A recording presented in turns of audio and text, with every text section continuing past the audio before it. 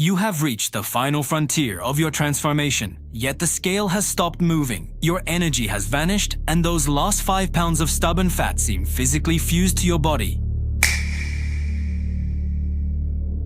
You aren't failing because of a lack of willpower, and you aren't failing because your diet is broken. You are failing because you are currently at war with 3 million years of human evolution. Today, we are going to expose the biological survival mechanisms that your brain is using to sabotage your progress, and more importantly, how to outsmart them. If you have ever felt like your body is actively fighting your every move as you get leaner, this is the deep dive into metabolic adaptation that you cannot afford to miss. Before we unlock the science of the last 5 pounds, please take a second to hit the subscribe button, because this is genuinely what helps this channel more than anything else. I am not here to sell you a magic fat-burning pill, a restrictive meal plan, or a $1,000 coaching program. I am here to give you the truth for free so you can finally cross the finish line. Stick around until the very end, because I am going to reveal the diet break protocol that acts as a manual override for your body's starvation response. The reason those last 5 pounds are so much harder than the first 50 is that your body does not care about your aesthetic goals or your summer vacation. To your brain, stored body fat is not an eyesore. It is a life insurance policy against a famine that your biology thinks is currently happening. When you lose a significant amount of weight, your body senses a drop in leptin, the hormone produced by fat cells that tells your brain you have plenty of energy in storage. As leptin levels crash, your hypothalamus sounds a biological alarm, triggering a process known as adaptive thermogenesis.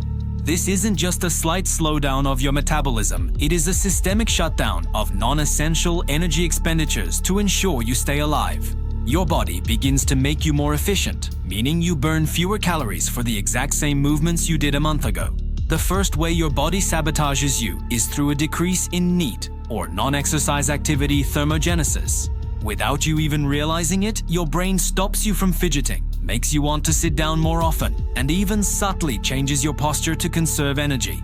Research shows that this subconscious reduction in movement can account for a massive discrepancy in daily caloric burn, sometimes as much as several hundred calories.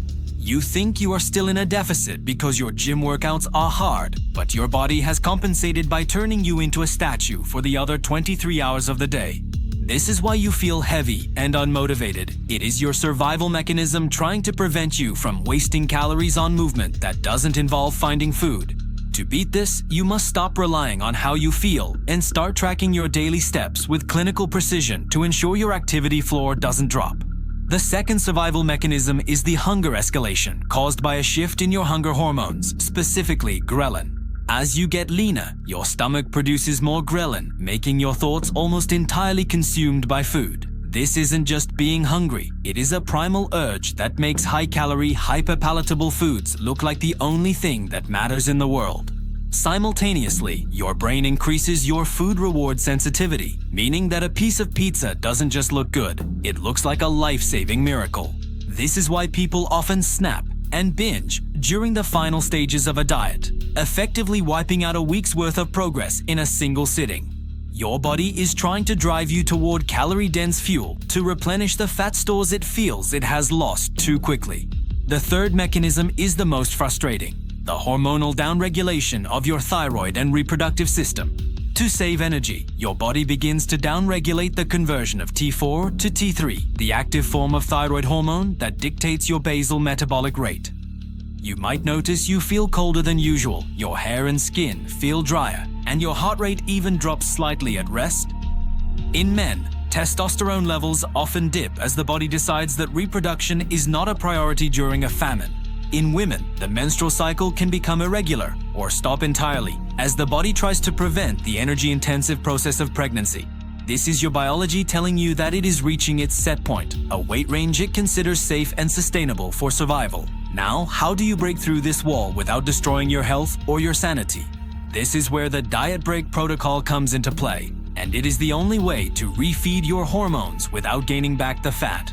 Instead of pushing harder and cutting more calories, which only makes the survival response more aggressive, you must intentionally move your calories back to maintenance for 1 to 2 weeks. This isn't a cheat week, it is a strategic period where you eat more carbohydrates to signal to your brain that the famine is over. By bringing your calories up, you allow your leptin levels to recover and your thyroid hormones to stabilize.